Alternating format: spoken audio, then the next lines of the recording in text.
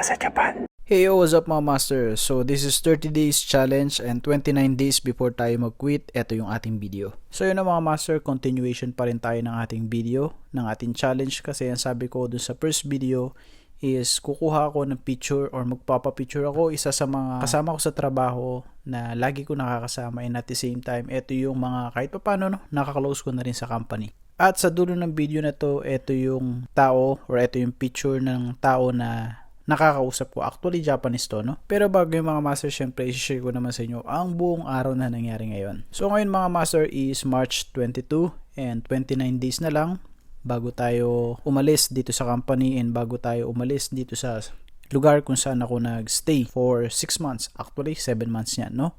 Kasi 30 days challenge tayo or 1 month challenge ng pagtitake ng video. So itong video na to mga master, no, hindi lang puro mukha ko yung makikita ninyo and isi-share ko rin sa video na to yung mga lugar na lagi kong dinadaanan. Ito yung iskinita na pinapasukan ko kapag ako ay papasok ng trabaho at uuwi naman ng bahay. At dito ko sa YouTube i-upload yung aking mga memories so para kahit paano may mga mauulit pa or mapapanood ko pa tong video na to kapag gusto kong balikan. Noong una ko kasing Japan mga master is hindi ako ganoon na nag-upload or hindi naman din ako nag-YouTube dati. Tamang nood lang din ako. Pero ngayon sabi ko sa sarili ko na ibablog ko tong pagstay ko dito sa Japan para kahit paano meron akong mga memories na tong time na to, nung araw na to, nung year na to, nung month na to, meron akong memories sa ganitong lugar. So yun ang mga master kanina share ko lang din kasi pag gising ko hindi ako yung pakiramdam ko. Kasi uminom ako ng cetirizine and yung cetirizine effect nun is makakatulog ka talaga, no? So yun, since may body clock tayo, lagi ako nagigising yan. 6:30 or 6:20 gising na ako kapag ganung oras. And nung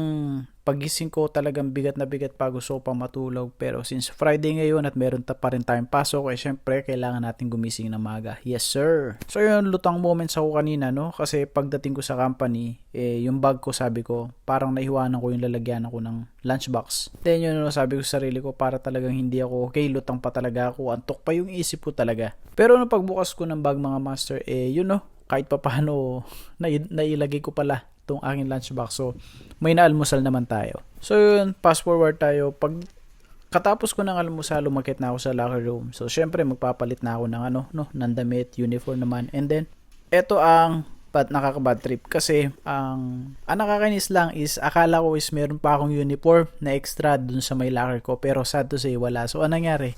Wala akong suot na pantaas na uniform. Buti na lang meron akong jacket na suot-suot kanina. And yung jacket na yun is bigay pa ng senpai ko. So shout out sa'yo no, Master Senpai. Ang aking Lodi Cakes na Senpai Lacson. So yung buti na lang meron talaga akong extra na jacket para kahit papano hindi halata na wala akong suit na uniform. At nagkataon kahit papano medyo malamig-lamig pa rin dito ngayon. At hindi pa nagtatapos doon yung lutang moment ko no kasi yun, pagbaba ko mismo ng locker room kasi yung locker room namin is nasa 3rd floor pa. So pagbaba ko is wala pala akong suit na helmet.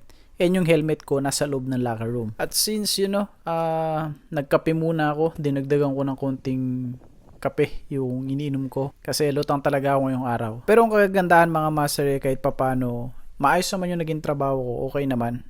Yun nga lang talagang sobrang antok na antok talaga ako. Sabi ko kakain ako ng marami para mabilis ako makatulog. Yun nga lang, naparami naman ng sobra yung kain ko kaya sa sobrang busog hindi ako makatulog na maayos or hindi ako makaiglib na maayos. Usual kasi is hindi talaga ako bumibili ng noodles.